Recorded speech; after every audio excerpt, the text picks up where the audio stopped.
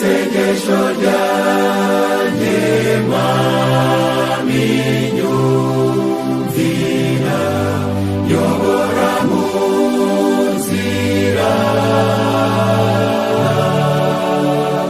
mu birushya byo muri ubu buzima y'umuriro. Haleluya. Bana b'Imana ndabasuhuje mu izina rya Yesu. Uwiteka abane namwe. Ndagira ngo niba munyumva mubingaragarize kugira ngo tugendane nzi ko twumvikana.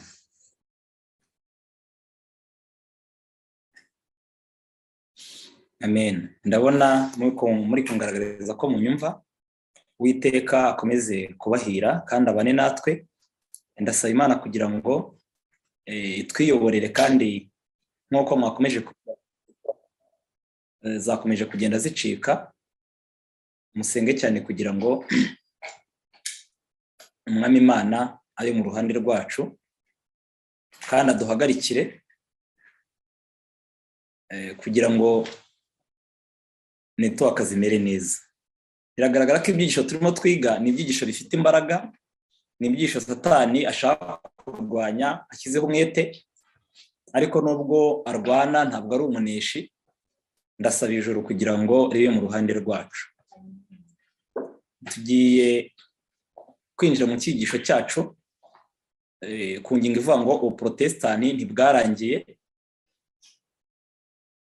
Turiga kuri sola fide cyangwa se kwizera konyine.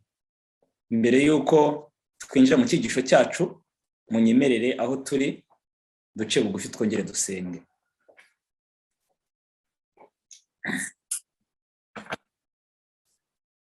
Data wa twese uri mu ijuru, Mana yacu kandi Mwami wacu, ushimwe kandi uhimbazwe. Nciye bugufi mu izina rya Yesu, ninginga ijuru kugira ngo ribe hamwe natwe, ari ryo ubwanjye ugiye kuvuga mu izina rya Yesu, ari abakurikiye aya materaniro bari hirya no hino mu bice bitandukanye by'isi. Udukikiza abamarayika bera, utwuzuze mwuka wera, ngo tubashe kwigishwa nawe kandi ubashishe imitima yacu gufata imyanzuro itubasha kugushikamaho, kandi kubw'ubuntu bwawe imitima y'abana bawe baba ari abashyitsi cyangwa se ari abasangwa muri iyi gahunda tubone mu maso hawe. Duhagarikire dore twakunze kubona hari ikibazo cya network igende neza, amateraniro yacu agere ku ntego y'icyatumye yemera kategurwa mu gihe nk'iki. Utwuzuza imbaraga tubashe kukwitegura, tubashe kukubera abahamya kugira ku munsi wo gucungurwa kwacu. Tubisabye Imana mu izina rya Yesu, amen. Bana b'Imana, mu gihe tugiye kwiga icyo cyigisho kivuga ngo ubuprotestani ntibwarangiye, sola fide cyangwa se kwizera gusa, ndasaba Imana cyane kugira ngo iki cyigisho kize kumvikana neza kandi umugambi wacyo uze kugerwaho mu bana b'Imana. Kwizera gusa ni insanganyamatsiko umuntu wese akwiye kugirira amatsiko. Ni insanganyamatsiko navuga ngo isa nkaho ari umutwe wa byinshi mu byo tuziga cyangwa se mu bindi twagiye twiga, kuko kwizera niko kudusingiriza ubuntu bw'Imana mu mitima yacu. Ndasaba Imana rero kugira ngo idufashe tubashe gusobanukirwa byimbitse n'icyo iyi sola ishatse kutubwira. Nk'uko Pawulo yabyandikiye Abaroma mu gice cya mbere umurongo wa 16 kugeza ku wa 17, yarababwiye ngo erega ubutumwa bwiza ntibunkoze isoni, kuko ari imbaraga y'Imana ihesha uwizera wese gukizwa, uhereye ku Muyuda ukageza ku Mugiriki, kuko muri bwo ari namo gukiranuka kuva ku Mana guhishurirwa, guheshwa no kwizera kugakomezwa nako, nk'uko byanditswe ngo ukiranuka azabeshwaho no kwizera. Ndagira ngo turebe kuri iri somo ari naryo ribimburiye ayandi mu cyigisho cyacu, aho Pawulo yandikira Abaroma yabanje kubagaragariza ko ubutumwa bwiza bwa Kristo yigishaga butamukoza isoni. Impamvu butamukozaga isoni nuko yagaragaje ko mu butumwa bwiza ubwabwo ni Kristo arimo imbaraga y'Imana ihesha ubizera wese gukizwa. Ni ukuvuga ngo igihe twiga ubutumwa bwiza muri bwo nimwo tubonera imbaraga y'Imana, kandi iyo mbaraga igahesha uwemeye kwakira ubutumwa bwiza gukizwa, akava mu cyaha ajya mu gukiranuka. Ndetse ntabwo bireba ubwoko bumwe bw'abantu, ahubwo tubona ko uhereye ku muyuda ukageza ku mugiriki, ubwo bishatse kuvuga ngo amoko yose ari mu isi abasha gukizwa n'ubutumwa bwiza biciye mu kwizera icyo Kristo yadukoreye ku musaraba. Muri bwo baratubwira ko ari namo gukiranuka kuva ku Mana guhishurira. Imana ihabwa icyubahiro. Ntabwo umugambi w'Imana ari uko twihana ibyaha byacu ngo twizere igitambo cya Kristo bigarukiraho, ahubwo ni na ngombwa yuko mu butumwa bwiza tuboneramo gukiranuka kw'Imana. Ni ngombwa yuko mu butumwa bwiza iyo buhishukiwe muri bwo tubasha kumenya byimbitse urugero rwo kwera no gukiranuka ijuru riduhamagariye. Niyo mpamvu batubwira ngo guheshwa no kwizera, kugakomezwa no kwizera, nk'uko byanditswe ngo ukiranuka azabeshwaho no kwizera. Ahangaha mu mateka ndagira ngo tuharebere uhereye kuri Adamu uko byagenze, duhereye mu Baroma igice cya 5:18 kugeza ku 19. Adamu twese tuzi neza ko yavuye mu biganza by'Imana yera kandi akiranuka, ariko yahawe umudendezo wo kwihitiramo ngo arebe niba yakomeza kuyoboka Imana bivuye mu bushake bwe, cyangwa niba yakwemera gukora undi mwami ari we Satani, nk'uko yabwirwaga kenshi na kenshi n'abamarayika bamusuraga, ndetse n'Imana ubwayo ikamubwira yuko hari ikiremwa cyacumuye, ikamubwira yuko kigomba kuzamushuka, ndetse Imana ikamwereka yuko hari ahantu hamwe, ntabwo hari henshi, agomba gutegerwa. Yeretswe igiti cy'ubwenge bumenyekanisha icyiza n'ikibi, abwirwa yuko aho hantu honyine ariho umwanzi azamutegera, kandi abwirwa yuko naramuka atumviye ubushukanyi bwe azatsinda, bikamuhesha amahirwe yo kugwa mu biganza by'Imana. Ariko ahabwa umudendezo, abwirwa ko agomba kwihitiramo, agakomeza kuyoboka Imana, cyangwa se akagira gute, akabyama. Ayo nk'uko ijambo ry'Imana ritubwira, yeretswe inzira nziza ngo aba ariyo ahitamo, nk'uko njye nawe uyu munsi wa none twerekwa inzira nziza ngo aba ariyo duhitamo. Mu Baroma 5:18 kugeza ku 19 haratubwira ngo nuko rero ubwo igicumuro cy'umuntu umwe cyateye ko abantu bose bacirwaho iteka, niko icyo gukiranuka cyakozwe n'umuntu umwe cyahesheje abantu bose gutsindishirizwa bagahabwa ubugingo. Amena. Kandi nk'uko kutumvira Imana k'umuntu umwe kwateye ko abenshi baba abanyabyaha, niko no kuyumvira kumwe kuzatera ko abenshi baba bakiranutse. Ndagira ngo iki kintu tucyumve neza. Tubona ko igicumuro cy'umwe ari we Adamu, igihe yavaga mu biganza by'Imana akemera gukora icyaha. Buriya nimusoma neza mu Itangiriro igice cya 3 muzasanga inzoka cyangwa Satani yarashutse umugore Eva nawe igihe yaramaze kwakira ubushitani muri we, byabaye ngombwa yuko ajya ku mugabo watakira umugore gusa, ahubwo ari umugore ufite ubushitani muri we. Tubona neza yuko yagiye akaba ari yishukira umugabo we. Umugabo we, inyandiko itubwira neza yuko atigeze yemera igishuko cya Eva. Yabonye ko Satani yinjiye muri we, abona yuko yamaze kwitandukanya n'Imana, ariko igihe umugore yakoreshaga imbaraga ze zose kugira ngo umugabo yemere ubushukanyi bwe, umugabo ngo yemeye kwakira amatunda umugore we yaramuhaye, azi neza ko atari ubundi buriganya, azi neza yuko agiye kuva mu biganza by'Imana. Mu yandi magambo, abizi kandi abishaka, yemeye kurya amatunda, yemera gucumura ku Mana. Ahangaha rero tubona ko igicumuro cye cyatumye abantu bose bacirwaho iteka, ariko igikorwa cyo gukiranuka cyakozwe n'umuntu umwe ari we Kristo cyahesheje abantu bose gutsindishirizwa. Amena. Kandi kibahesha ubugingo buhoraho. Kandi nk'uko kutumvira Imana k'umuntu umwe kwateye ko abenshi baba abanyabyaha, umuntu umwe ari we Adamu, niko no kuyumvira k'umwe ari we Kristo. Ndagira ngo aha hantu muhiteho cyane. Aha turabona yuko kuzatera aka kantu, ngira ngo murakabona yuko ntabwo kuyumvira k'umwe kwateye ko abenshi baba bakiranutse, ahubwo kuzatera ko abenshi baba bakiranutse. Kubera iki? Hari ikizaba ngombwa, bizaba ngombwa yuko biciye mu kumvira. Kumvira ni impano, kimwe n'uko kwizera ari impano. Umuntu yakira impano yo kwizera akakira impano iva mu biganza by'Imana yo kumvira, bizamuhesha kwakira gukiranuka kwa Kristo bitewe n'uko yemeye kwakira impano yo kwizera ndetse akemera kwakira impano yo kumvira. Tubona rero kuri Adamu uburyo yivanye mu biganza by'Imana abizi kandi abishaka. Imana ntabwo yamutereranye, Imana ntabwo yamurekeye mu cyaha, ahubwo yihutiye kuza kumusanga. Imana iramuhamagara imubaza ahari, agaragaza ko yihishe. Imana imubaza amubwiye ko yihishe, ashyira icyaha ku mugore, umugore icyaha gishyira ku nzoka, cyaha kuri Satani. Ariko Imana yanezwa no kubarekera muri ubwo buhanya, ahubwo yemera kubayishurira igitambo cya Kristo nk'umwe gusa ubasha guhesha umunyabyaha kuva mu biganza bya Satani akagaruka mu biganza by'Imana. Ntabwo Imana yafashe Adamu n'umugore ku ngufu ngo bagaruke mu biganza byayo, ahubwo yabayishuriye umusaraba wa Kristo, ibayishurira ko biciye mu gitambo cya Kristo uwizera icyo gitambo abasha kugarurwa mu biganza by'Imana, akongera akaba umwana w'Imana. Imana ihabwa icyubahiro. Igihe rero yemera guhitamo, agahitamo Kristo biciye mu gitambo yatambye cy'intama, agahishirirwamo Kristo uzanga ku musaraba kugira ngo acungure inyoko muntu, Adamu yemeye kuva mu biganza bya Satani ndetse n'umugore Eva bagaruka mu biganza by'Imana biciye mu kwizera, bongera kubarwaho gukiranuka atari kubw'ibikorwa byabo, ahubwo kubw'uko bishingikirije ku gitambo cya Kristo cyonyine. Imana ihabwa icyubahiro. Twihuse turareba mu mateka abandi bantu babakomotseho ari bo Kayini na Abeli. Kayini yari imfura ya Adamu na Eva. Abera yari umwana wakurikiraga Kayini. Ese byabagendekeye gute? Aba bana bombi bigishijwe n'ababyeyi babo uburyo icyaha cyaje, bigishwa n'ababyeyi babo uburyo batumviye Imana bakajya ku giti cyabuzanijwe.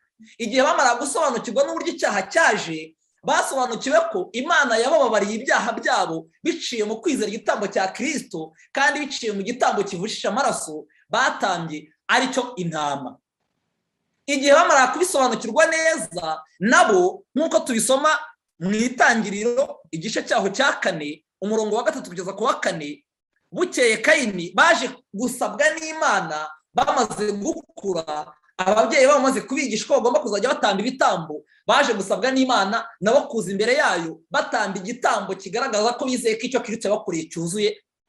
Biba ngombwa yuko Kayini nk'umwana mukuru, igihe yaramaze gusobanurirwa neza umugambi wo gukiza umuntu uko uteye, agasobanurirwa neza ko biciye mu gitambo gishesha amaraso ariho abasha kubabarirwa ibyaha biciye mu kwizera icyo Kristo yakoreye inyoko muntu, Kayini ntabwo yigeze yemera gushyira mu bikorwa inyigisho yahawe n'ababyeyi be, ahubwo nk'uko tubisoma ku murongo wa 3, Kayini ngo bukeye azana ituro ku mbuto z'ubutaka ngo ariture Uwiteka, na Abeli azana ku buriza bw'umukumbi we no ku rugimbu rwawo.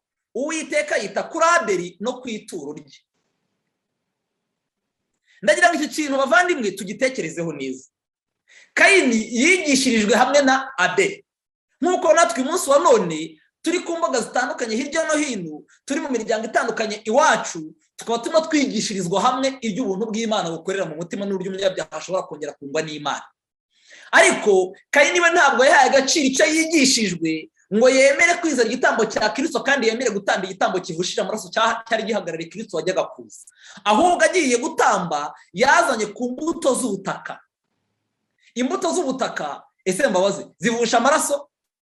Igisubizo ni oya. Ntabwo imbuto z'ubutaka zivusha amaraso, ariko yumvaga imirimo y'amaboko ye, ibyo yakoze bivuye mu mbaraga ze, nabyo Imana yabyemera akabarwaho gukiranuka. Iyo myumvire n'uyu munsi wa none iracyari mu ntekerezo za benshi. Bagenzi banjye bambanjirije, yaba ari Mucyo Ale, yaba ari Bernard, yaba ari Aimable, Imana ibaha umugisha. Hari uburyo badufunguye bongera kutuzana mu murongo neza, ariko nagira muri aka kanya mwongere mutekereze, kuko umuntu yarigishijwe neza, atunze Bibiliya, atunze ibitabo by'umwuka w'ubuhanuzi, yarasobanuriwe neza inama y'agakiza, yarize neza icyo ubuntu bw'Imana bukorera umutima w'umuntu biciye mu kwizera igitambo cya Yesu, ariko bigasoza akomeje kumva yakwishingiza ku mitegeko n'amategeko ngo abarweho gukiranuka. Uwo muntu ari inyuma ya Kayini. Abari mu isi yose bari inyuma ya Kayini. Kayini yazanye ituro ku mbuto z'ubutaka ngo ariture Uwiteka. Muvandimwe wanjye, nagira mutekereze neza. ese ntabwo waba umunyangeso nziza ngo wumve ibyo bintu wabitura Imana ikabyemera? ese ntabwo waba umunyamafaranga ngo wumve watanga menshi ngo ugire ibikorwa runaka bisa n'iby'urukundo ariko byanujwe n'inarijye kugira ngo ushimwe? ese ntabwo waba uzi kubwiriza neza ngo wishimikize ku mpano ya cyangwa se ngo ubasha gukora ngo wumve Imana yabigushimira? N'ibindi byinshi ntarondoye. Ariko Abeli yazanye ku buriza bw'umukumbi we no ku rugingo rwawo. Amena. Abeli yizeye Uwiteka. Abeli yatanze igitambo kivushije amaraso nk'uko yari yabyigishijwe mu ijambo ry'Imana n'ababyeyi be, ko aricyo cyari gihagarariye Kristo wenyine. Baratubwira muri uyu murongo ngo Uwiteka yita kuri Abeli no ku ituro rye. Amena. Kubera iki? Yari yashyize mu bikorwa ibyo Uwiteka yigishije ababyeyi be, yashyize mu bikorwa ibyo yigishijwe n'ababwiriza be aribo babyeyi be, yemera gutanga igitambo kivushije amaraso. Dusoma mu gitabo cyitwa Inama z'Imana muri iyi minsi, chapitre ya 6, page 31 mu cyigisho kivuga ngo igitambo cya mbere, amagambo akurikira. Inama z'Imana muri iyi minsi, chapitre ya 6, icyigisho kivuga ngo igitambo cya mbere, kuri page 31 tosoma amagambo akurikira. Kayini yazaniye Uwiteka ituro rye, yinuba kandi yangirira mu mutima iby'ibitambo bari barasezeranijwe. Ndagira ngo aya magambo muyiteho. Aha turabona Kayini nubwo yazaniye Uwiteka ituro rye, naryo ubwaryo nubwo ritari rihuje n'icyo Uwiteka yavugiye mu ijambo rye, yarizanye naryo ubwaryo yinuba. Wenda ni ya mafaranga utanga, wenda ni ya mirimo myiza utekereza ko abantu bashima, wenda ni za gahunda z'ibi na biri ukunda gukora, ariko ibyo ubwabyo kuko bidatewe n'urukundo ukunda Kristo, Kayini uguhagarariye nawe ubwe yabizanye yinuba. Ntabwo muvandimwe ngushinja, ntabwo nshinja muri twebwe cyangwa se muri mwebwe mukurikiye, ariko utekereze neza icyo Kayini yakoze, kuko inyuma ye hari umugabane runaka kandi utari mutoya. Yazanye ituro rye yinuba kandi yangirira mu mutima iby'igitambo bari barasezeranyijwe. Mu yandi magambo, yabaye nk'umugore wa Fereki ngo niyo wigishijwe neza igitambo cya Yesu, ngagira imyumvire mibi ko wanga ikaruvari, bituma atemera igitambo cya Kristo, amera nk'umugabo we. Ntiyashatse rwose gukurikiza inama y'ubuyoboke yo gushaka umwana w'intama ngo awuturane n'imbuto z'ubutaka. Wenda nkavuga ati reka nemere nshaka umwana w'intama nk'igitambo Imana ibasha kwemera biciye mu nyigisho nigishijwe, wenda nzongereho imbuto z'ubutaka. Ibyo ntabwo yigeze yumva nabyo byaba ngombwa. Hano baratubwira ngo murahabona yapfuye kwenda ku mbuto z'ubutaka, maze ahinyura iby'Imana yamutegetse. Ega gahinda. Ndagira ngo bavane ikintu mucyiteho, wumve niba ibintu byose ukora udapfa gukora. Ngaho urebe ko wakwemerwa n'Imana, ngaho urebe ko wakwemerwa na community cyangwa se na groupe isenga ubarizwamo. Yapfuye. Ni bangahe bakora ibintu byinshi ngo bikize? Ni bangahe bahindura imyambaro kugira ngo bemerwe muri groupe babamo? Ni bangahe bahindura imyitwarire kugira ngo barebe ko bakwemerwa? Ni bangahe bitewe n'imiryango bari bikunda Imana bavuga bati nintagenda gutya se bazakomeza bamfashe muri ibi? Ntugapfe gukora nk'uko Kayini yagenje. Yapfuye kwenda ku mbuto z'ubutaka, maze ahinyura iby'Imana yamutegetse. Imana yari yaramenyesheje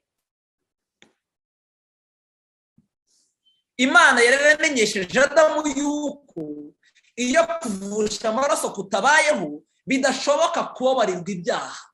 Uko Imana yimenyesheje Adamu nawe niko yabimenyesheje abana be Kayini na Abeli, kiyo kuvusha amaraso kutabayeho bidashoboka kubabarirwa ibyaha. Kayini ntiyarushya byitaho ngo azane imbuto nziza ziruta izindi. Abeli yagiriye mukuru we inama ngo ye kwirirwa azi imbere y'Uwiteka adafite amaraso y'igitambo. Kayini yanze kumvira murumuna we kuko amuruta. Yasuzuguye inama yamugiriye kandi ashidikanya, yitotomba igituma ari ngombwa kuzana amaturo y'uwo muhango, ahera akamurikira Imana ituro rye. Ariko Imana ntiyarishima kuko ntabwo ryari rikurikije amategeko. Yari akoze ibintu ukabyumva aho kubikora nk'uko Uwiteka yagize gute, aho kubikora nk'uko Uwiteka yategetse. ntabwo dukwiye gukora ibintu uko tubyumva. Abeli yazanye ku buriza bw'umukumbi we no ku rugimbu nk'uko Imana yari yarategetse. Ndagira ngo murebe ibi bintu. Ahangaha tuhabona uburyo Kayini yapfuye kwenda ku mbuto z'ubutaka ahimira iby'Imana yagize gute yamutegetse. Ariko kuri Abeli yazanye ku buriza bw'umukumbi we no ku rugimbu nk'uko aka kantu mukiteho Imana yagize gute yari yarategetse. Amena. Bene data, ndagira akantu mukiteho cyane. Ntabwo dukwiye gukora ibintu uko tubyumva. Ntabwo dukwiye gukora ibintu uko runaka twita umuyobozi cyangwa se umujyanama wacu ashaka ko tubikora kurenza uko twakora ibintu uko Uwiteka yadutegetse. Tugeze mu gihe umuntu wese agomba kurengera umudendezo w'umutimanama we. Tugeze mu gihe umuntu wese agomba guhagarara mu murongo ushingiye ku byo Uwiteka yavugiye mu ijambo rye. Niba ari mu ijambo ry'Imana uvuga uti ndabyizera ndabikurikiza, ariko niba bitari mu ijambo ry'Imana, niba atari ku Uwiteka yigishije, ibyo bintu ntabwo dukwiye kugira gute ko aribyo duhitamo ngo bibe umudendezo w'umutimanama wacu. Kandi yari yizeye ko Mesiya azaza ahera akatangana ituro ry'icyubahiro. Amena. Imana ishima ituro rye. Umuriro uturutse mu ijuru ukongora igitambo cya Abeli. Kayini ntabwo yabonye kimugaragariza ko yemewe. Bavandimwe, munyemerere iki kintu nyivugeho akanya gato. Urabona ko igihe Abeli yatangaga igitambo kivushije amaraso kandi akaba yari yizeye ko Mesiya azaza agatangana igitambo cye cyangwa se ituro rye icyubahiro yizeye Yesu, Imana yahereye ko ihita imugaragariza neza yuko igitambo cye kize gute cyemewe. Amena.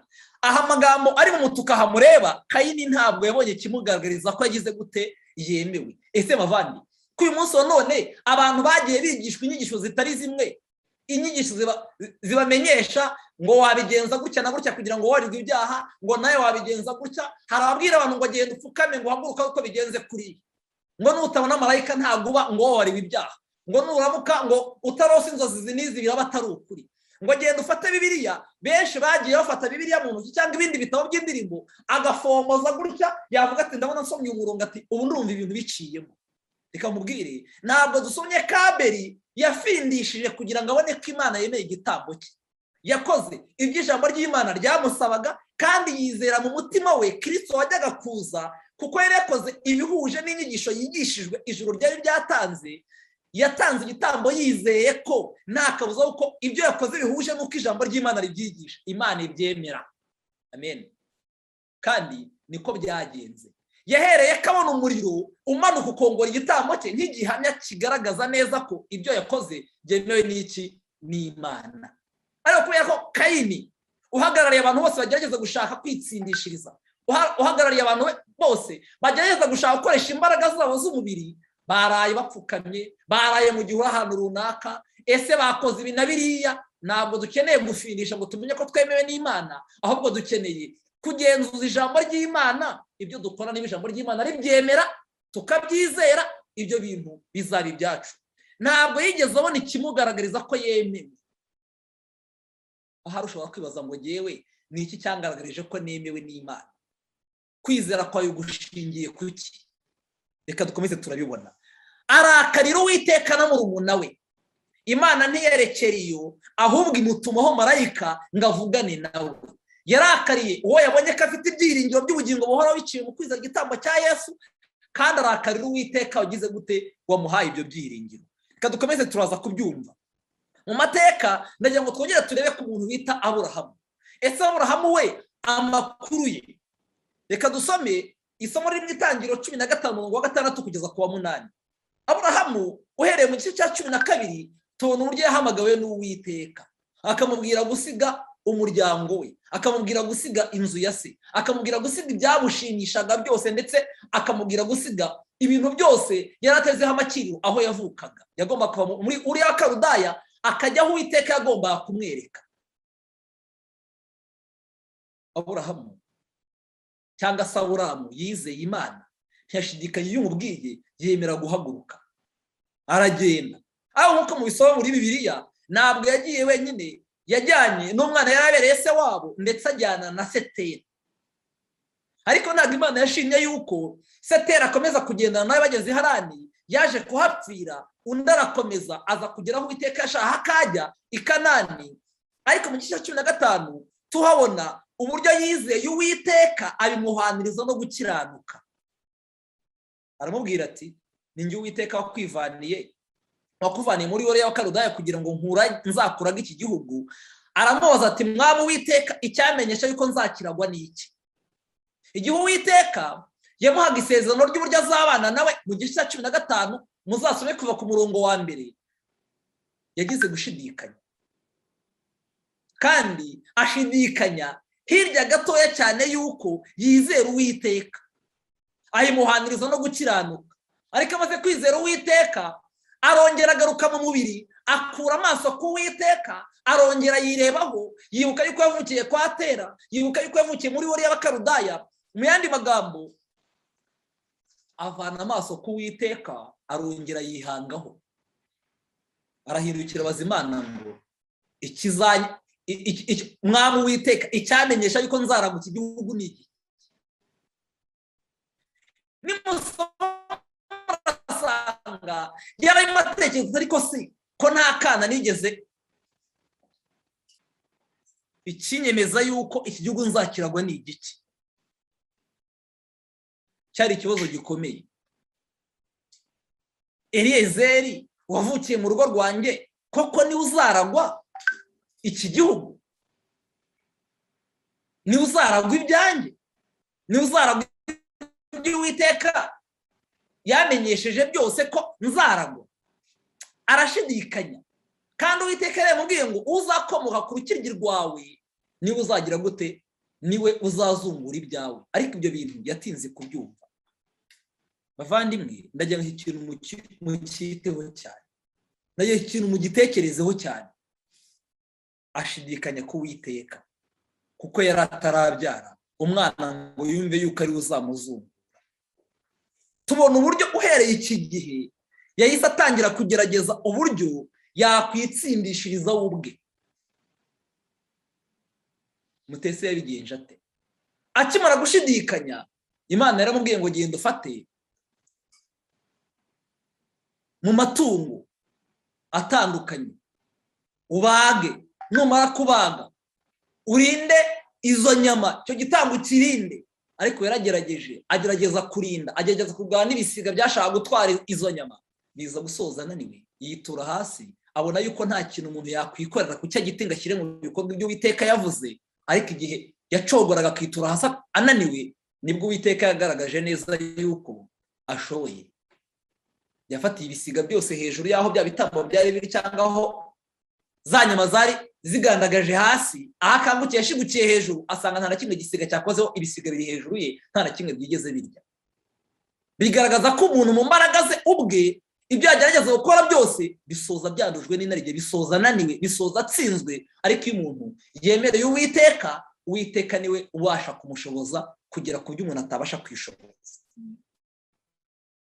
Nubwo byagenze gutyo, ntabwo yigeze yemerera Uwiteka ngo akomeze kuyobora imibereho ye. Dusoma mu Itangiriro 16:16 amagambo avuga ngo Aburahamu yari amaze imyaka 86 avutse ubwo yabyanaga na Hagari Ishimayeli.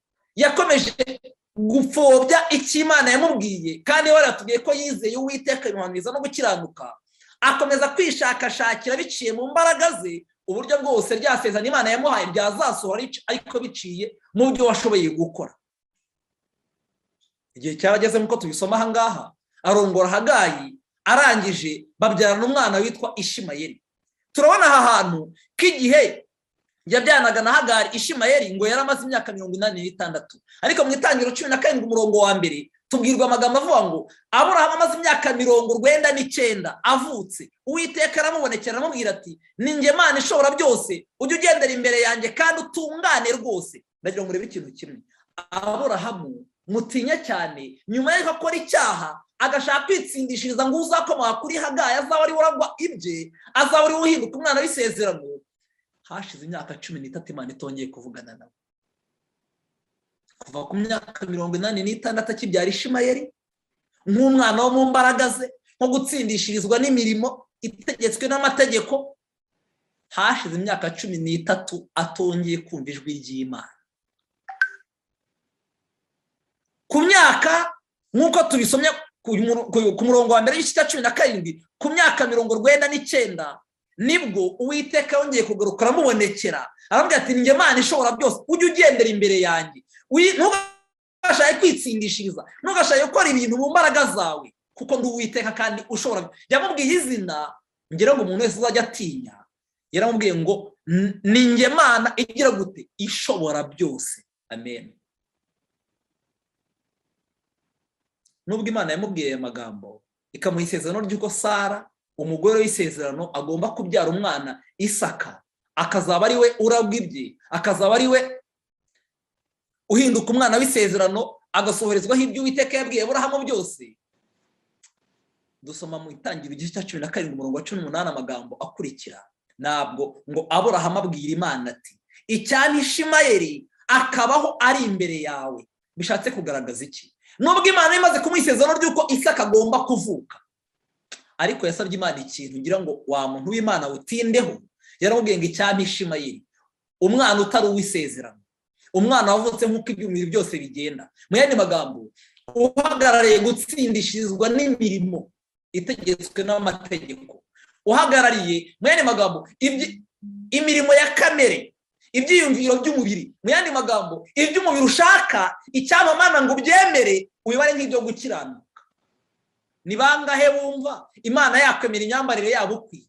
Ni bangahe bumva Imana yakwemera imirire yabo ukwiye? Ni bangahe Imana yumva yakwemera imivugire yabo ukwiye? Ni bangahe afite ibintu bakunda muri ubuzima bakumva gukurikira Imana yasabye kureka ibyo bintu byaba bibabangamiye, bakumva Imana yabemera? Umuntu mwegeze kudusura akora ikintu cyantangaje, aravuga ati numva rwose nshaka kugirirwa neza n'Imana, numva nshaka kwizera igitambo cya Kristo nanjye nk'umwana w'Imana, atari ko Imana yo yamfashaga sinzareke kwambara iki n'iki. Numva birantangaje cyane, bitabinyeraho ko byanze bikunze icyo kintu yari avuze yumvaga akunda cyane kwambara cyari ikimenyetso cy'uko yakigize ikigirwamana. Ariko aravuga ati yiba Imana yanyemeraga itankuye kuri iyi myambarire. Ibyo bintu numvishe bimbabaje. Yabaye nka Aburahamu wabwiye Imana ati cyangwa Ishimayeli akaba hari imbere yawe. Mu yandi magambo, icyampa imibereho yanjye y'umubiri, ibyifuzo byanjye bya kamere, Mana ukabyemera nkagukurikira nkazajya mu ijuru, ariko utankuye ku byifuzo byanjye bya kamere. Iki cyari ikimenyetso cyo gutsindishirizwa n'imirimo itegetswe n'amategeko, nk'uko abantu benshi cyane bumva bakwemerwa n'Imana bakakirwa mu bwami bwayo, ariko bagize gute? Bakomeje kubaho bayobowe n'imirimo ya kamere yabo. Dusoma mu Itangiriro 22:9 kugeza ku 13, Aburahamu yizera Uwiteka. Bagera ahantu Imana yamubwiye. Nimusoma kino gitekerezo cyose muri busange ari igihe Imana yabwiraga Aburahamu kujya gutamba umwana we Isaka. Ubwo Isaka yavutse, namwe muzabyisomera. Imana imusaba kujya kumumutambira ngo imugerageze. Noneho baragenda bageraho Imana yamubwiye. Aburahamu yubaka igicaniro, yararikaho za nkwi, aboha Isaka umuhungu we, amurambika kuri icyo gicaniro hejuru y'inkwi. Aburahamu arambura ukuboko yenda wa mushyo ngo asogota umuhungu we. Marayika w'Uwiteka amuhamagara ari mu ijuru ati Aburahamu, Aburahamu. Aritaba ati karame. Aramubabwira ati ntukoze ukuboko kuri uwo muhungu, ntugire icyo umutwara, kuko umenye yuko wubaha Imana, kuko utanyimye umwana wawe w'ikinege. Aburahamu yubura amaso arareba, abona inyuma y'imfizi y'intama amahembe yayo yafashwe mu gihuru. Aburahamu aragenda yenda ya ntama ayitambaho igitambo cyoswa mu cyimbo cy'umuhungu we. Reka mbabwire bavandimwe, mushobora gutekereza ko ikigeragezo cyageragejwe Aburahamu cyo gutamba umwana we ari ikigeragezo cyoroshye. Aburahamu amategeko y'Imana yanditswe mu mutima we, kuko yari azi neza ko kwica ari icyaha. Aburahamu yari azi ijwi ry'Imana, kuba kumenyera kubana n'Imana, kuba kumenyera kuganira n'Imana, kandi kuba yari yarizeye Imana nyuma y'imbaraga nkeya, nyuma yo kugerageza kwitsindishiriza, yageze aho yikuraho amaso yahanga Uwiteka.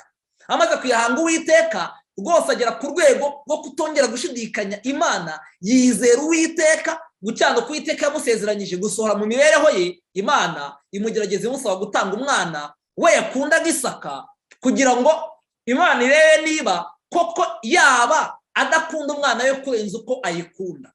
Mu by'ukuri ntabwo cyari ikintu cyoroshye, ariko Imana ishimwe byaje kugaragara ko Aburahamu yikuyeho amaso burundu, atakigerageza gushaka kwitsindishije akoresheje ububasha bwe, ahubwo byaje kugaragara neza yuko yizeye Uwiteka nta gushidikanya afite, yemera gutanga umwana we Isaka. Kandi igihe yari azamuye ukuboko ngo amanure umushyo asogote Isaka, nibwo yagiye kumva yumva Uwiteka aramuhamagaye ngo Aburahamu, aritaba ati karame, ntugire icyo utwara uwo mwana. Arebye inyuma ye aza kubona iriya ntama, nk'uko Yesu igihe yaganiraga n'Abayuda yababwiye ati Aburahamu ataravuka ndiho. Mu yandi magambo, ya ntama yari ihagarariye Kristo, Aburahamu yafashe agatamba, yari ihagarariye umwana w'intama wagomba kuzatamba kubw'ibyaha by'abari mu isi, ngo abari mu isi bose bababarirwe ibyaha byabo. Dukomeje mu mateka nihuse cyane, tubona amateka y'Abisiraheli nyuma y'uko Aburahamu abyara Isaka, Isaka abyara Yakobo na Esawu. Tubona uburyo Yakobo yaje gusubukira mu Egiputa, tubona uko yaje kuva urubyaro rwe rwaje kuva mu Egiputa rukaza i Kanani nk'uko Imana yari yarabisezeranye. Ariko tubona ishyanga ryakomotsweho n'urubyaro rwa Yakobo uburyo ryaje guhabwa amabwiriza n'umurongo wose wo kubaha Imana nk'uko sekuru za Aburahamu yari yarahawe.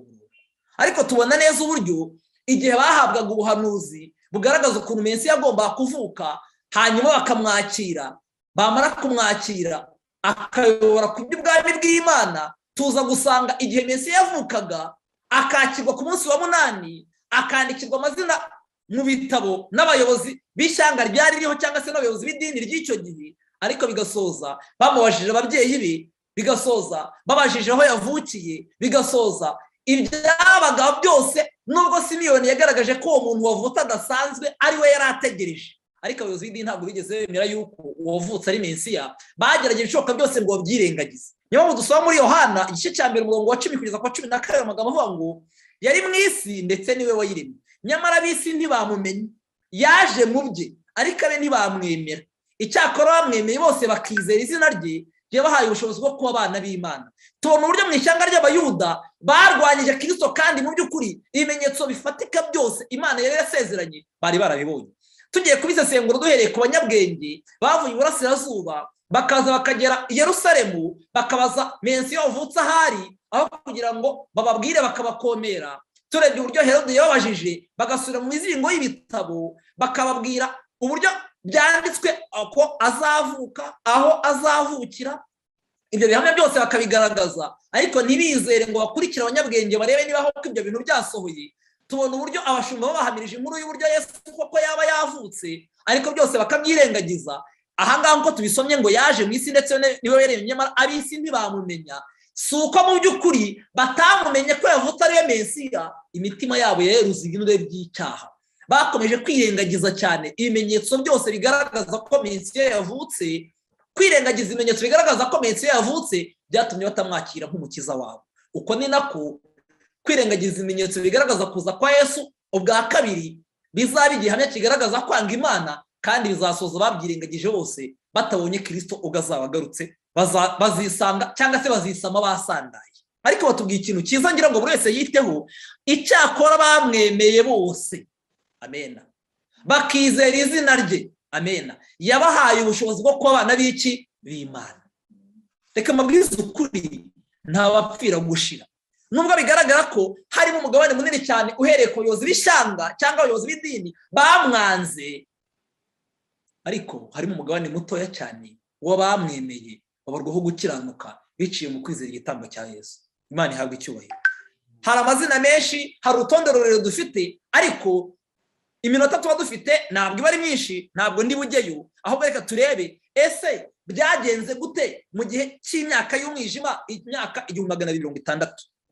Dusoma mu ntambara ikomeye, chapitre ya 7, ikigo kivuga ngo Luteri yitandukanya na Roma, page 92, amagambo akurikira. Mu by'ukuri ndagerageza gusoma nihuta, namwe mukurikire.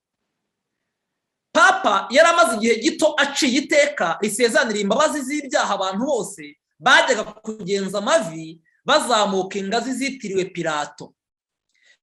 Bavugaga ko ubwo umukiza wacu yari avuye ku gucirwa urubanza mu cyumba cy'urukiko rw'Abanyaroma, yamanutse izo ngazi, kandi ko mu buryo bw'igitangaza izo ngazi zavuye i Yerusalemu zikazanwa i Roma. umunsi umwe ubwo Luteri yuriraga izo ngazi apfukamye abishishikariye, yatunguwe n'ijwi nk'iry'inkuba ihinda rivuga riti umukiranutsi azabeshwaho no kwizera. nk'uko rya somo twatangiriyeho riboneka mu Baroma igice cya 17 byabitubwiraga. ngira ngo ahari abakurikiye benshi mwize igitabo cy'intambara ikomeye, abashyitsi bo muri twebwe mukaba mutarageze amahirwe yo kubona igitabo cy'intambara ikomeye, byabagiyeho ubwanjye ibyo bitabo ndabifite kandi niteguye kubibagezaho. waza kunyandikira cyangwa se ukandikira bamwe mu bayoboye iyi gahunda, twagushaka tukakugezaho icyo gitabo. ariko tuzi amateka ya Martin Luther, tuzi uburyo Martin Luther yitandukanyije na Roma, tuzi uburyo yamaze imyaka myinshi cyane yibabaza cyane agira ngo arebe yuko umutima we wakwizera imbabazi, agira ngo arebe yuko yababarirwa ibyaha bye. ariko igihe kimwe, igihe yazamukaga ku ngazi zitiriwe Pilato arimo kugenza amavi, ingazi zibabaje cyane, yagiye kumva yumva ijwi rimeze nk'iry'inkuba rivuga ngo umukiranutsi azabeshwaho no kwizera. n'abantu benshi cyane bakoresha imbaraga zabo z'umubiri ngo barebe yuko bababarirwa ibyaha byabo. ariko muvandimwe, nk'uko yagenyekiye Martin Luther, ntabwo ari kubw'imirimo, ntabwo ari kubw'imbaraga z'isi umuntu yakira igitambo cya Kristo kandi abarwaho gukiranuka, ahubwo umukiranutsi azabeshwaho no kwizera. kubw'ikimwaro n'ubwoba yahereye ko arahaguruka maze avaho yihuta. ntabwo yongeye na gato kwibagirwa iryo somo ko umukiranutsi azabeshwaho no kwizera. kuva ubwo yasobanukiwe neza no kwishuka kuri ko kwishingikiriza ku mirimo y'umuntu ngo imuheshe agakiza. ndasubira muri aya magambo. kuva ubwo yasobanukiwe neza no kwishuka kuri mu kwishingikiriza ku mirimo y'umuntu ngo imuheshe agakiza, ndetse anasobanukirwa n'uburyo ari ngombwa guhora umuntu yizeye ibyo Kristo yakoze. amen. ukeneye gusobanukirwa no kwishuka kuri mu kwibwira yuko mu mirimo itegetswe n'amategeko habonekamo agakiza, habonekamo kwemerwa n'Imana. ntabwo aribyo nshuti yanjye. amaso ye yari yahumutse ubutazongera guhuma ngo ananirwe kubona ubuyobe buri mu nyigisho z'ubupapa. ubwo yerekaga guhanga amaso y'i Roma, yari yanahindukiye mu mutima, kandi kuva icyo gihe kwitandukanya na Roma byarushijeho gukura kugeza ubwo yitandukanyije burundu n'itorero ry'i Roma. dukomeze bavandimwe banjye, dukwiye gutekereza cyane ku myaka y'ubujiji Martin Luther yabayemo. dukwiye gutekereza cyane ku myaka y'ubujiji natwe ubwacu twabaye mu mwijima w'icuraburindi, aho twagiye tugerageza gushaka ko twagira utuntu dupfundikanye ngo tudukore kugira ngo twemerwe n'Imana. ariko se muvandimwe,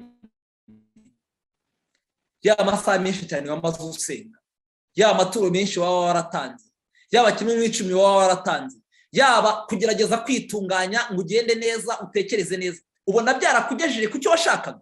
igisubizo ni oya. Martin Luther yariyobaje bihagije, ariko yatabawe n'Imana yonyine. yamubwiye yuko umukiranutsi abeshwaho no kwizera. yageze ubwo yitandukanya na Roma burundu. ese uko iki kibazo cy'agakiza kadashingiye ku kwizera gusa, ahubwo gashingiye ku mirimo cyari kimeze mu gihe cya Martin Luther, n'uyu munsi cyaba kigihari? abantu bagishaka gukiranuka, kuzamwe no kwitsindishiriza ubwabo, kuzamwe n'imirimo runaka bakora. ese ubona bakora iki ngo wemerwe? ubona amakorari menshi mu gihe n'iki ngiki aririmba avunitse cyane ku mpamvu z'uko abayobozi b'amadini yabo kenshi na kenshi babuza gukora ibintu nk'uko bashaka. umuntu umwe yigeze avugira ikintu ahantu cyambabaje, ubwo ndashaka kubereka uburyo umuntu ashobora gushaka kwitsindishiriza. abantu bakoze amavuna, bamaze gukora amavuna, ni ababwiriza bacu bamaze gukora amavuna, biza gusoza umuntu umwe umupantekote cyangwa umwadeperi afashe icyemezo cyo kwiyegurira Imana. ahantu twari turimo tuganira, ahita avuga ati ngize amahirwe ubwo ngiye kuva muri adeperi, umva nzahita ndefiriza umusatsi, ntangiye no kwambara ipantaro. ati ngize amahirwe ngiye kubona umudendezo ubwo ngiye kujya mu badivanisiti. muvandimwe, ntabwo umuntu akwiye kureba ku mirimo itegetswe n'amategeko, ku mirimo itegetswe n'idini ngo yumve yuko ubwo bagutegetse kwambara uku, ubwo bagutegetse kugenda kuriya na kuriya ari agakiza, ngo wumve yuko nuramuka uvuye mu idini mukajya mu rindi rimwe rizakwangirira irindi rikakwemerera biriya. Mubare kuba ntazi urwo rugero. Ariko se kwitsindishiriza nk'uko Martin Luther yakoraga mu gihe cye n'uyu munsi wa none biracyahari? Reka turebe igisubizo. Mu mwaka w'ibihumbi 2017 tubona abayobozi b'amadini menshi ya giprotestani uburyo bihakanye ku mugaragaro ko badakizwa no kwizera gusa. Uwitwa Tony Palmer, umwe mu babwiriza b'Abangirikani, yatanze imbwirwaruhame imbere y'imbaga y'abanyadini ba protestani, ababwira ko protestani bwarangiye, ko nta dini ya giprotestani rikiriho, kandi ko twese dukwiriye kwemera ko turi abagatulika mu buryo buvuguruye. Ndagira mwite kuri ibi bintu, kuko abaprotestani bihakanye ku mugaragaro ingingo yo gutsindishizwa n'ubuntu kubwo kwizera ariyo yonyine shingiro ry'ubuprotestani. Ndagira mwite kuri aya magambo. Nubwo Tony Palmer mu imbwirwaruhame yigishije muri 2017 yagaragaje ko ubuprotestani butakiriho na gatoya, agaragaza yuko abantu bose ari abagatulika mu buryo buvuguruye. Nagira ngo wite ku magambo avuga ngo kuko abaprotestani bihakanye ku mugaragaro ingingo yo gutsindishirizwa n'ubuntu kubwo kwizera ariryo shingiro ry'ubuprotestani nyakuri. Yesu avuga ati nshingiye ku madini yacu ya giprotestani ubwingingo yo gutsindishizwa n'ubuntu kubwo kwizera twayihakanye, birahagije kuba turi abagatulika mu buryo buvuguruye. Ni bangaho uyu munsi wa none baba bari no gukurikira amateraniro uyu munsi wa none bagishidikanya ko ingingo yo gutsindishizwa n'ubuntu bwo kwizera ari ingingo yonyine umuntu ashobora kwiga neza kandi ikamuhesha kwizera igitambo cya Kristo. Ni bangahe bumva bakomeza kwishingikiriza ku bintu uko babyumva aho kugira ngo bemere kwemera ubutumwa bwa marayika wa gatatu biciye mu gutsindishizwa n'ubuntu bwo kwizera? Gusenywa ku protestani ntuzabirebere mu kuba aho usengera iki kintu kitarigeze kigishwa neza, ntuzabirebera mu kuba aho usengera iki kintu kitarigeze gihabwa agaciro. Ubirebere muri iki kintu cyanditse aha ngaha, abaprotestani bihakanye ku mugaragaro ingingo yo gutsindishizwa n'ubuntu bwo kwizera ariyo shingiro ry'ubuprotestani nyakuri. Mu yandi magambo, ibyo ubwabyo birahagije kugira ngo buhakanye ubuprotestani. Igihe cyose utemera ubutumwa bwo gutsindishirizwa n'ubuntu kubwo kwizera Kristo gusa, buriya nawe ubwawe uba uri umuhakanyi. Ariko noneho uhakana ubuprotestani aho guhakana inyigisho za Roma zagaragaza ko umuntu ashobora gukizwa n'imirimo. Abanyamadini benshi bitwaga protestani nk'uko Tony Palmer yabivuze mu mbwirwaruhame ye. Aha ngaha baratubwira ngo bumvaga bishakira cyangwa se bumva bishimira gukizwa n'imirimo itegetswe n'amategeko. Ahari kugira ngo bitaza kuba amagambo yanjye gusa, ndagira ngo mpureyingeho gato cyane aha ka video ka Tony Palmer avuga aya magambo. Ahari ndi bwihutisheho gatoya.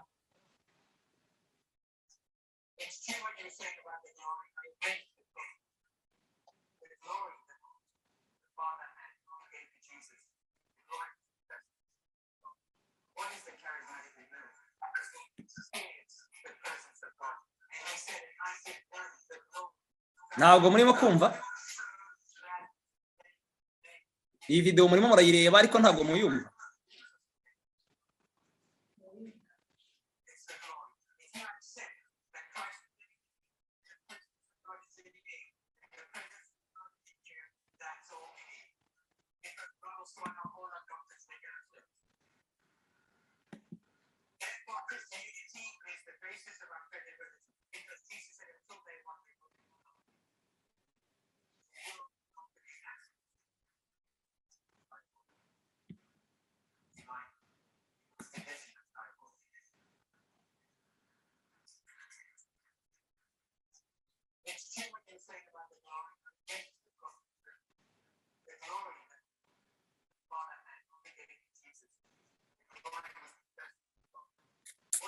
Ndabona hari abari kumva gakeya bansaba kongera ijwi.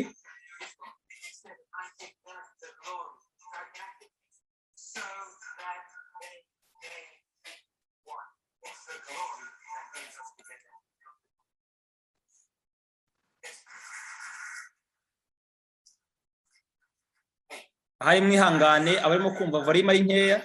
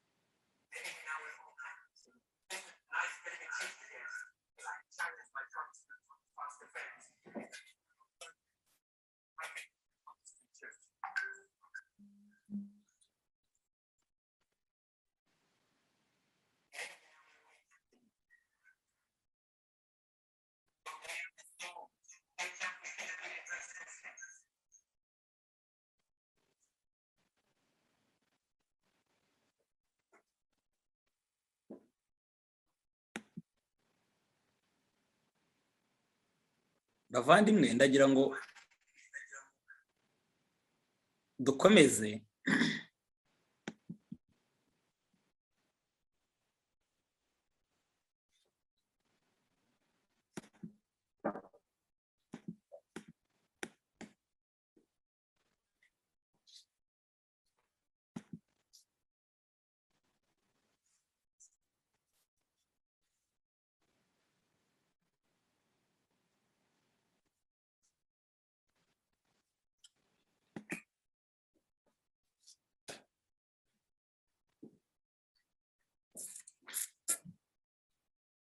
Nk'uko nari maze kubibabwira, mwiyumviye uburyo Tony Palmer ubwe yari arimo yemeza kandi agaragariza imbaga y'abo bari bateranye uburyo abitwa abaprotestani bose bamaze kuba bagaturika muri rusange.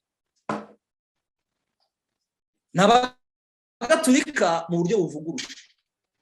Kubera iki? Kubera ikintu kimwe cyonyine, n'umuntu wese ukurikiye amateraniro yisuzumire kuri iyo ngingo aramenya niba ari umugaturika cyangwa atari.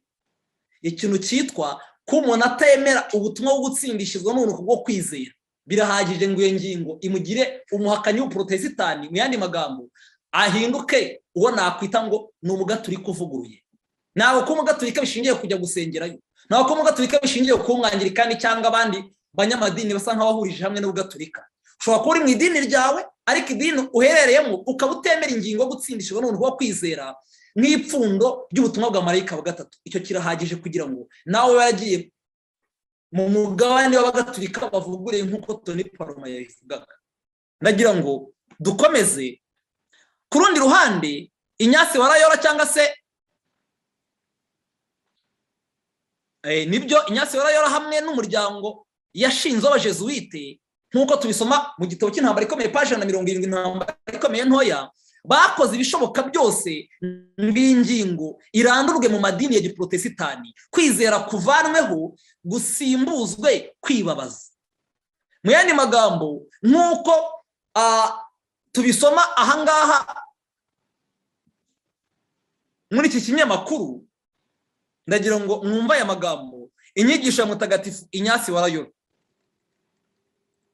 Hano baratubwiye ngo iyi nyigisho yateguwe na Padiri Pascal Seveni niyo ku itariki 30 kwa gatatu tariki 31 Nyakanga 2013, umwaka mutagatifu Ignace wa Loyola. Ngo mutagatifu Ignace wabayeho mu cya 491 kugeza mu cya 556 wa Loyola, twizihiza none nk'uko icyo gihe bayivuga kuri ya tariki nababwiye hejuru. Yavukiye muri Espanya. Mu buto bwe yabanje kuba mu ngabo z'umwami w'icyo gihugu.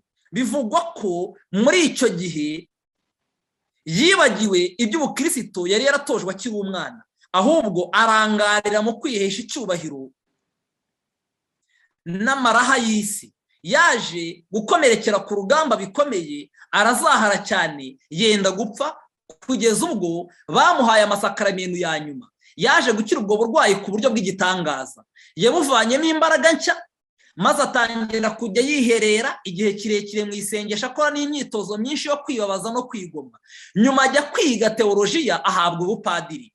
Inyasi niyo washinze umuryango w'abajezuwite afatanyije na bagenzi be bakurikizaga inama ze, maze yiyemeza kubaho bigisha ijambo ry'Imana no kurwanira ishema rya kiliziya yayo. Niyo mpamvu mu masezerano bakora asa n'ay'abandi biyegurira Imana bongeraho n'iryo kubaha papa. Tugeze aha ngaha ni mu gihe kandi kubera ko mu myaka bashinzwemo ari nabwo kiliziya gatolika yari ihanganye n'ivuka, akantu mukiteho.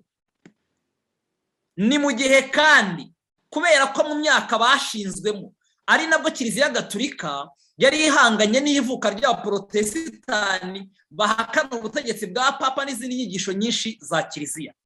Ndagira ngo iki kintu wumve ko igihe Inyasi na bagenzi be igihe babagaho, cyangwa se igihe nk'uko tubisomye bashinzwemo ariko kiliziya gatolika ihanganye n'ivuka ry'ubuporotesitanti bahakanaga ubutegetsi bwa papa n'izindi nyigisho za kiliziya, wumve yuko imibereho yabo yari imibereho ishingiye ku kwibabaza cyane, kugira ngo mu gihe bibabaza bagire gute, bashingire kwizera kwabo mu mubabaro bashobora kugira gute,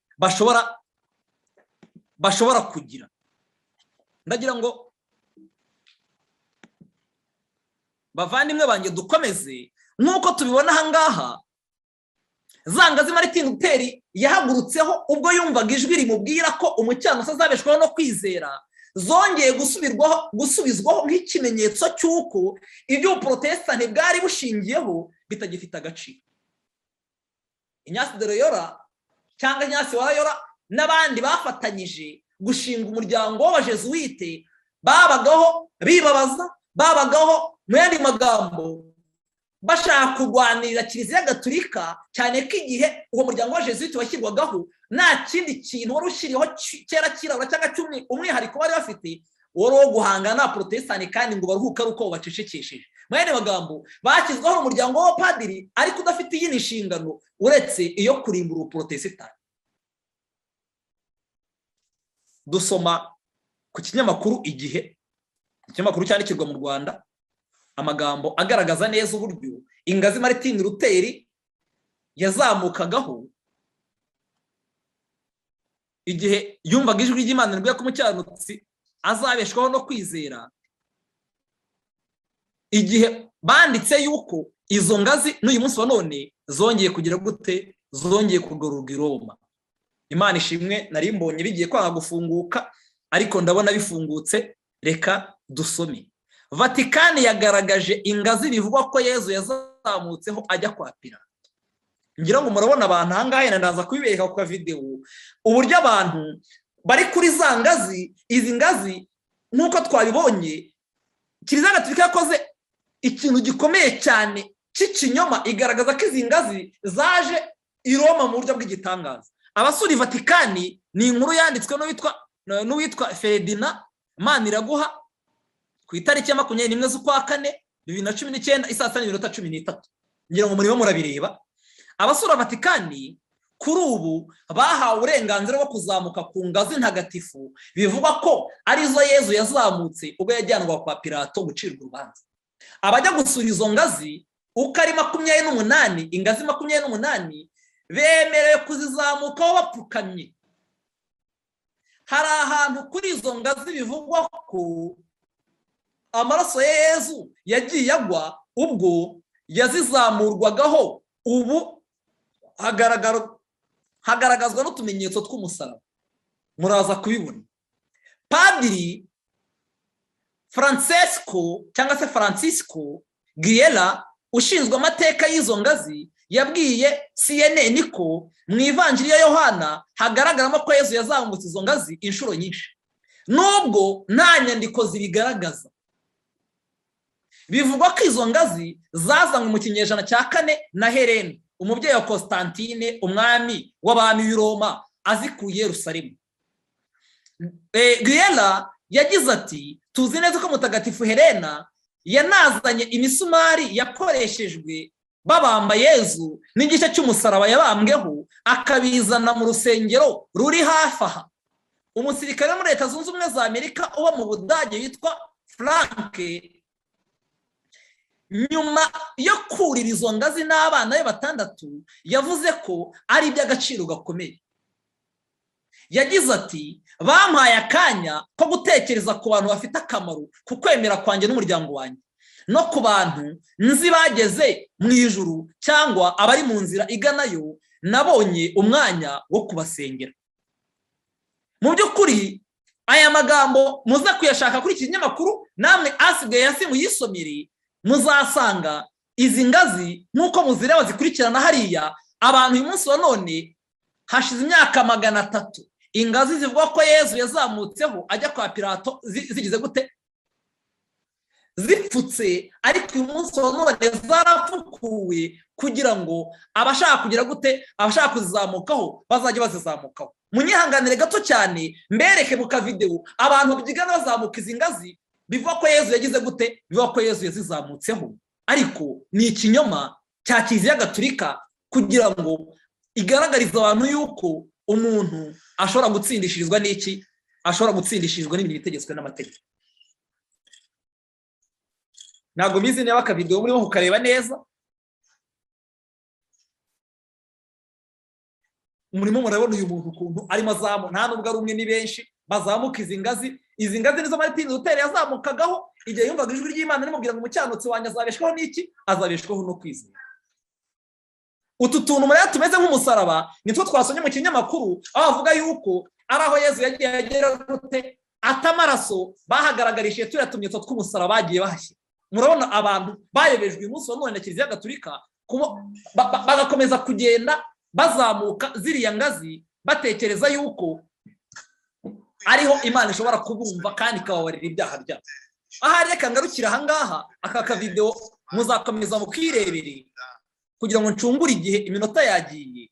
Bavandimwe banjye, turi mu gihe gikomeye cyane, turi mu gihe cy'ubuyobe bukomeye cyane, turi mu gihe kwihakana ingingo yo gukizwa n'umuntu kuba kwizera nk'uko bivuga ko ari ukugwa kwa Babuloni. Isi yose umugabane munini cyane witwaga Protestani bamaze kwihakana, bahomboka inyuma y'ubuyobe bw'abanyamadini cyangwa se bwa Kiliziya Gatolika. Aya magambo tugiye gusoma ni amagambo ateye ubwoba, ni amagambo ngira ngo umuntu wese akurikire. Kwihakana ingingo yo gukizwa n'ubuntu kuba kwizera niko kugwa kwa Babuloni. Utese ibyo ngibyo urabikura hehe? Dusoma mu byo Abadivantisiti b'umunsi wa 7 bizera kuri chapitre ya 13, ikigo kivanga itorero ryasigaye n'inshingano yaryo, page 181. Twasoma amagambo akomeye cyane ngira ngo umuntu wese yiteho. Amagambo avuga ngo iraguye Babuloni kuko yirengagije ubutumwa bwa marayika wa mbere, ubutumwa bwiza bwo gutsindishirizwa n'umuremyi kubwo kwizera. Kuba kwa Babuloni bishingiye mu kwirengagiza ubutumwa bwiza bwo gutsindishirizwa n'umuremyi kubwo kwizera. Hakana mukazirika nk'uko mu binyejana bya mbere itorero ry'i Roma ryirengagije inyigisho z'ukuri, abaprotesitanti benshi bo muri iki gihe, ndasubira muri aya magambo ngusaba kuyitaho, nk'uko mu binyejana bya mbere itorero ry'i Roma ryirengagije inyigisho z'ukuri, abaprotesitanti benshi bo muri iki gihe birengagije ukuri gukomeye kwa Bibiliya. Itakura aya magambo akurikira: ubuhanuzi bwo kugwa kwa Babuloni buzuzurira neza. Ahari turaza kureba niba buzuzurira neza cyangwa bwaruzuriye neza. Buzuzurira neza muri uko kwitandukanya kwa Protesitanti, bitandukanya n'inyigisho yera no kwicisha bugufi biri mu butumwa bwiza bw'iteka ryose bwo gutsindishirizwa n'ubuntu kubwo kwizera. Byari inyigisho y'ukuri gukomeye mu gihe cy'ubuguruzi. None nkubaze niba ukurikiye neza, ese abo Protesitanti buzihakana ubutumwa bwo gutsindishirizwa n'ubuntu kubwo kwizera, cyangwa uko twabibonye 2017 Uprotesitanti bwamaze kwitandukanya no guhakana burundu ubutumwa bwo gutsindishirizwa n'ubuntu kubwo kwizera? Tubonye yuko kugwa kwa Babuloni ari ukwihakana ubutumwa gutsindishirizwa n'umuremyi kubwo kwizera, kandi tubonye ko bamaze kugira gute kwihakana ubutumwa. Mu butumwa bwatoranyijwe volume ya mbere dusomamo amagambo avuga yuko ubutumwa bwo gutsindishizwa n'ubuntu bwo kwizera bwahishwe imyaka myinshi munsi y'ibishingwe by'ibinyoma. Biza gusoza abanyamadini bose bahuriye hamwe. Tony Parma twabonye uburyo yagaragaje neza yuko bagomba gukizwa n'imirimo yabo, batagomba gukizwa n'ubutumwa bwo gutsindishizwa n'ubuntu bwo kwizera, nk'uko twabibonye Ignace Loyola n'abandi bagerageje gukora imirimo kugira ngo bemerwe n'Imana, ariko mu by'ukuri si Imana bahisemo, ahubwo bahisemo Imana y'igisi. Bishatse kuvuga ngo Babuloni igihe Uprotestani bwahakanaga ubutumwa bwo gutsindishizwa n'ubuntu bwo kwizera yamaze kugwa.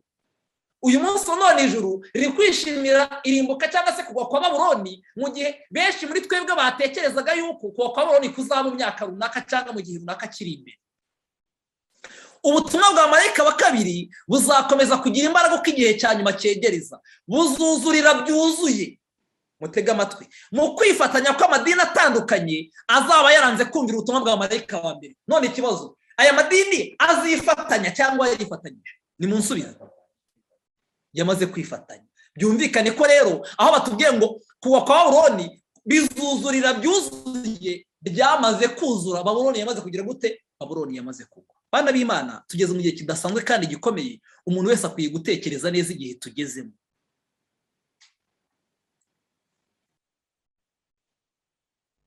Nikwe aya magambo urayumvise? None ni gute umunyabyaha yakizwa n'ubuntu bwo kwizera? Ni gute umunyabyaha yakizwa n'ubuntu bwo kwizera? Abaroma igice cya 16 na 17 nk'uko twatangiye tuhasoma. Erega ubutumwa bwiza niho nkoze isoni. Amen.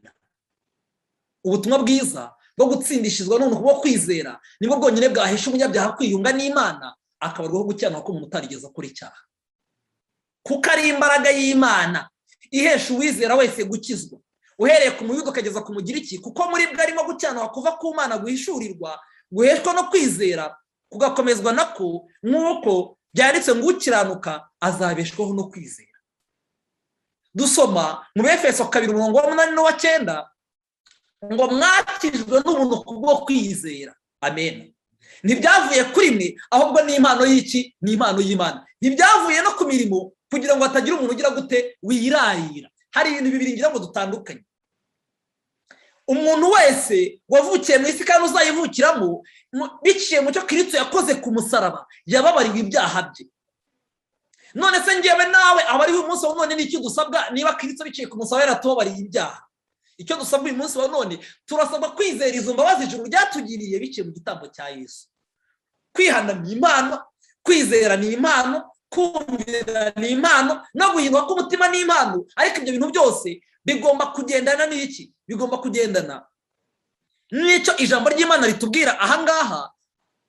Mwifuzwe byose chapitre 36 ikijyo kivuga kumukoroho wizeye cyangwa se kumukoroho ufite kwizera, page 232 kugeza 233 tugiye kosoma amagambo akurikira. Ijambo ry'Imana niyo ryonyine ribasha kugeza umuntu ku cyo bwe atifitemo, aricyo tugiye kureba. Iki gitekerezo muzagisoma mu butumwa bwiza cy'umugore wamaze imyaka 12 arwaye indwara yo kuva, aho batubwiye ngo amaze kumenya biciye mu ijambo ry'Imana ko Yesu akiza uburwayi bwose, yaje kumushaka. Yesu yatumbiriyeho uwo mugore yarari, akomeza gushaka kumenya uwamukozeho. Igihe umugore yazaga akageraho Yesu yirengagije amategeko yasabaga byose by'uko umuntu uhumanya atageraho abandi bantu bari, kuko yari afite icyizere Yesu cyuko namugera ari umukize icyago yari afite, yaraje acengera mu bantu. Amaze gucengera mu bantu aza kugera kuri Yesu.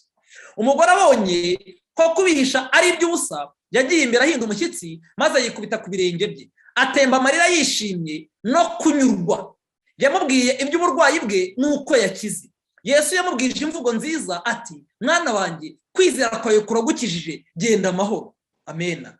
Ntabwo Yesu yigezaho urwaho abafite imyizerere y'imbaraga z'ibitangaza by'amayobera kugira ngo bemeze ko imbaraga yamukijije yari kuba yapfuye gukora ku myenda ye gusa. Hari ikintu ngira ngo mwumve, mumbabarira akantu mukiteho.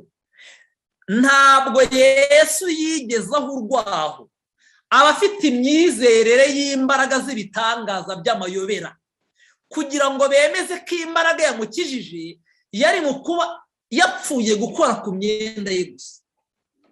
ntabwo yakize binyuze mu kumukoraho inyuma, ahubwo yakize binyuze mu kwizera kwagundiriye imbaraga ye y'ubumana. Amen.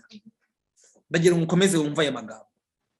Yakize binyuze, ntabwo yakize binyuze mu kumukoraho inyuma, ahubwo yakize binyuze mu kwizera kwagundiriye, amen, imbaraga ye y'ubumana. Imbaga y'abantu yagendaga ifite amatsiko kandi ibyiganira kuri Yesu, ntiyigeze ibona imbaraga itanga ubugingo. Nk'uko abantu uyu munsi wa none bahurira mu materaniro nk'uko tuyarimo, bahurira mu nsengero nk'uko abenshi bazijyamo, ariko bigasoza batashya amaramasa. Nyamara igihe uyu mugore yari arembye, yaramburaga ukuboko ngo amukoreho yizeye ko ari bukire, we yiyumvisemo imbaraga ikiza. Amen. Uko niko bimeze no mu by'umwuka. Gupfa kuganira ku by'iyobokamana, gusenga nyamara nta nzara wiyumvamo mu bugingo kandi udafite kwizera, ntacyo bimaze. Kwizera Kristo mu magambo gusa ari byo bitera kumwemera gusa nk'umukiza w'isi, ntibishobora gukiza ubugingo. Kwizera Kristo mu magambo gusa ntabwo byakiza ubugingo. Ntabwo kwizera guhesha agakiza ari ugupfa kwemera ukuri mu ntekerezo. Uva nimwongeragire mukurikire. Umuntu utekereza, utegereza kubanza kumenya ibintu byose ngo abone kwizera, ntashobora kwakira imigisha itangwa n'Imana. Ntabwo bihagije kwizera ibya Kristo, ahubwo tugomba kumwizera. Kwizera kuzagira icyo kutumarira, tega amatwi, ni ugutuma tumwakira nk'umukiza wacu bwite, kandi tugatunga ubutungane, kugatuma ubutungane bwe mu bwacu. Abantu benshi bafata kwizera nko kugira imyumvire runaka. Ibyo bintu ntabwo ari ukuri. Kwizera guhesha agakiza ni igikorwa, amen, cyo guhererekanya. Kwizera guhesha agakiza ni igikorwa cyo guhererekanya, gituma bakira Kristo biyegurira Imana, bakagirana nayo isano ishingiye ku isezerano.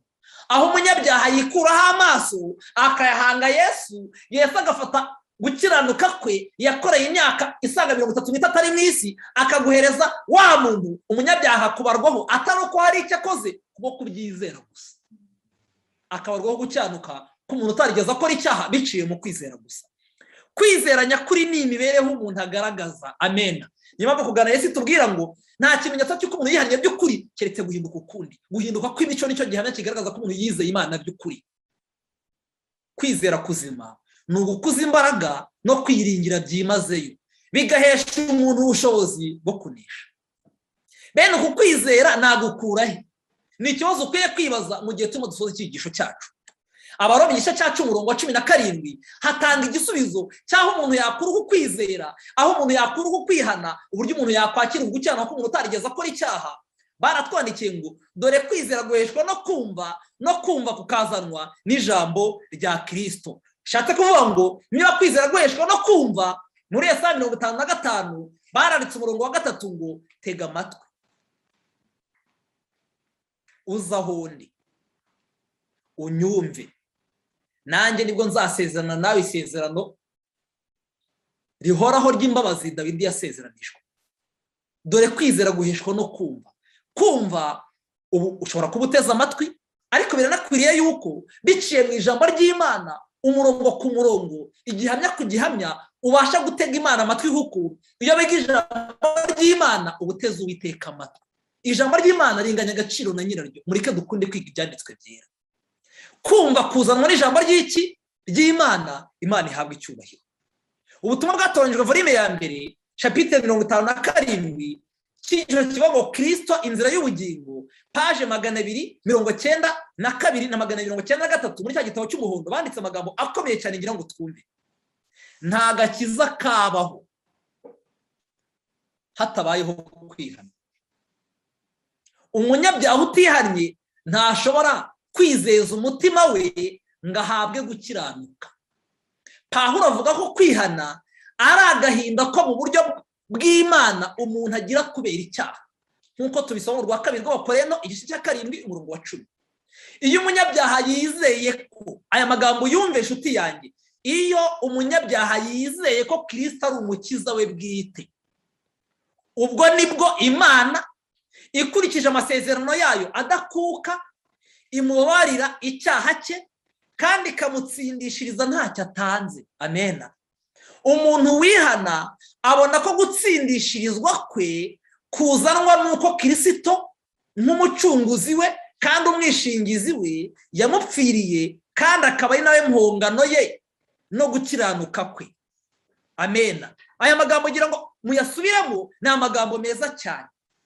Reka nihute. Sola fide cyangwa kwizera gusa dusoza, ndagira ngo dusome amagambo ari mu ivugabutumwa icyigisho cya 9 kivuga ngo gutera abantu kwitanga, kiboneka kuri page 222. Wumve icyo bita sola fide cyangwa se kwizera gusa, wumve icyo bitandukaniyeho no gushaka gukizwa n'imirimo n'imbaraga n'umuhata abantu benshi bakunda gukoresha ngo bakunde bemerwe n'Imana.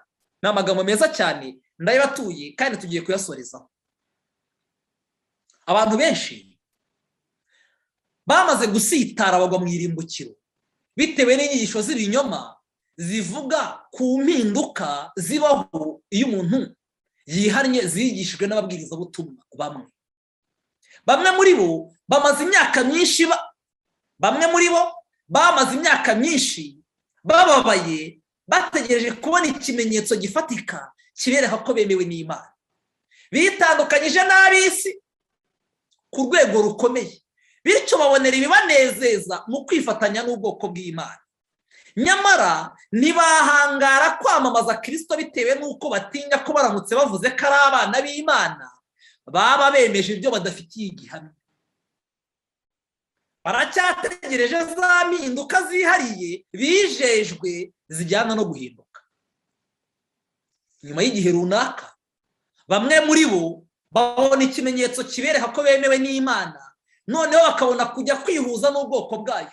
Ati rwose nanjye nabonye ikimenyetso.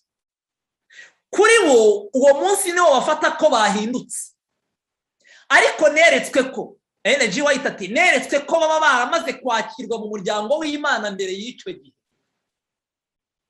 Imana yabemeye igihe bagaragazaga ko barambiwe icyaha, igihe bahitagamo kwifuza kureka ibinezeza by'isi, bakiyemeza gushaka Imana bamaramaje. Amena. Ariko kubera kudasobanukirwa n'ukuntu inama y'agakiza yoroheje, bivukije amahirwe menshi n'imigisha myinshi bagombye kuba barasabye iyo baza kuba barizeye gusa ko Imana yabemeye igihe bayihindukiriraga bwa mbere. Abantu bose ntibateye kimwe, ntabwo guhinduka kumera kimwe ku bantu bose. Ndagira ngo aya magambo uyakurikire. Abantu bose ntibateye kimwe, ntabwo guhinduka kumera kimwe ku bantu bose. Yesu niwe wemeza umutima, maze umunyabyaha agahinduka bundi bushya avukiye mu kugendera mu bugingo bushya. Amena. Akenshi abantu bagiye biyegurira Kristo kandi nta kwemezwa gukoreshejwemo imbaraga kubayeho, ndetse nta no gushengagurika k'umutima, nta n'inkeke z'igishinja ku mutima. Bitegereje umukiza wahawe ikuzo maze babaho. Amena. Babonye ubukene bw'ubugingo, babonye ko umukiza bahagije ndetse ko ibyo abasaba bikwiriye. Bumvise ijwi rye ababwira ati nimunkurikire, maze barahaguruka baramukurikira. Uku guhinduka kwari ukukuri. Amena. Kandi bari bafite imibereho y'iby'iyobokamana irangwa no kumaramaza nk'uko byagenze ku bandi bababajwe bikomeye. Uvandimwe, kuba ufite ubuhamya runaka bw'imibabaro myinshi waciyemo ngo wizere igitambo cya Yesu, wikumva ko ari password n'abandi bakoresha ngo bemerwe n'Imana. Ntabwo ibyo bintu ari byo. Aya magambo ari ahangaha arakomeye. Ndakwinginze cyane kugira ngo aya magambo wongere yasubiremo, wongereweho agaciro, iki cyigisho kigireho ubwawe. Guhinduka kwabo kwari ukukuri, kandi bari bafite imibereho y'iby'iyobokamana irangwa no kumaramaza nk'uko byagenze ku bandi bababajwe bikomeye. Ntabwo imibabaro aricyo gihamya cy'uko umuntu yemerwa n'Imana. Bene data, Imana itugirire neza. Uwiteka duhire, Uwiteka duha umugisha. Iyi sura twigaga igaragaza ko Protestani butigeze burangira, ndaguhamiriza ko biciye mu kwizera igitambo cya Yesu Imana icyakira ahubwo n'abakobwa bazi imbere yayo bayitakambira bafite imitima yicuza bumva bahaza icyaha bavuga bati Uwiteka turifuza kuba mu mugabane w'abana bawe abo wacunguye. Iyo umuntu yizeye icyo Kristo yakoze abarwa mu bana b'Imana kandi ijambo ry'Imana rikamubera umuyobozi umuvana mu cyaha umugeza mu gukiranuka. Iri jambo ry'Imana ryifitemo ubushobozi ukuri rya buri munsi, ukuri kunda buri munsi, ukuri ryiga kandi ukaryizera. Inshingano yawe ni ukurya, ntuzigere wibaza ngo ese ubundi ndahinduka, ahubwo uzajya wibaza impamvu utongera umwanya n'umwete wo kurya. Natwe mu buzima busanzwe nk'uko abana babaho, nta mubyeyi umenya igihe umwana we yakuriye. Inshingano y'umubyeyi ni ukugaburira umwana. Iyo umugaburiye kandi neza indyo yuzuye, umwana wisanga yakuze. Ikikubwira ko yakuze nuko agenda ata imyambaro ugashaka indi. N'abantu b'Imana, iyo umaze kwizera igitambo cya Yesu biciye mu kwizera gusa, ndakubwiza ukuri yuko ibyo kurya bya mwuka aryo jambo ry'Imana biriya n'uko buhanuzi birahagije ubwabyo ngo kurushaho kubirya kandi ukizera icyo Imana yavugiye muri byo, ukaba hiyo mibereho uzisange wageze ku rugero rw'igihagararo cy'abagabo n'abagore bari muri Kristo Yesu. Ngaho Uwiteka aguhire, aguhe umugisha kandi abishimiye mwese nshuti z'Imana. Uko niko gusaba kwanyu namwe mbasabira mu izina rya Yesu, amen. Munyemerere duciye bugufi dusaba umugisha. Mama w'Imana ukuraho ibyaha by'abari mu isi, ushimwe cyane kandi uhimbazwe. Twebwe turi abantu bavukiye muri iyi si y'icyaha. Imiryango twavutse murayizi, imyinshi itarakubahaga na gatoya. Ibyo kurya twagaburiwe, dore ko umuntu agira imibereho ihuje n'ibyo kurya yakunze kurya, urabizi neza. Aho twatambutse mu mibereho ya buri munsi n'amasosiyete twagiye tuba mu buryo byatwangije, urabizi. Ariko uyu munsi wa none ijambo ryawe duhishuriye yuko Protestani butarangiye kandi biciye mu kwizera igitambo cya Yesu umunyabyaha ababarirwa kandi biciye mu kwizera agahinduka umwana w'Imana, akakira imico imubashira kuzabana n'Imana mu ijuru. Izina ryawe rihimbazwe. Biciye mu ijambo ryawe imitima y'abana bawe yagiye bohwa na Satani mu myaka myinshi cyane itambutse. Abantu bagategereza ibimenyetso n'ibihamya bidasanzwe by'uko bemewe n'Imana. Tubonye ko ijambo ryawe ridufunguriye umurongo mwiza ugaragaza neza ko nta gikorwa na kimwe Imana ishingiraho ngo yemere umuntu. Biciye mu kwizera gusa umuntu yiyunga n'Imana kandi akabarirwa ibyaha bye. Ufashe imitima y'abantu bose bakwifuza, ubabashije gusingira icyo Kristo yabakoreye ku musaraba kugira ngo barweho gucyanuka ko umuntu utarigeze akora icyaha. Kandi abagize umugisha iyo ntambwe bakayitera, ubakomereze mu buntu bwawe, utuzahure kandi utuzamure, utugeze ku rugero rwiza rw'abagabo n'abagore bari muri Kristo Yesu. Kandi mu gihe kidasanzwe nk'iki turimo, utwambike imbaraga zitubashije gukomeza kugushikamishaho imitima. Ijambo ryawe rikomeze kutubera umuyobozi mwiza, dutegure kuzagusanganira ubwo uzaba ugarutse. Tubisabye Imana Data mu izina rya Yesu, amen.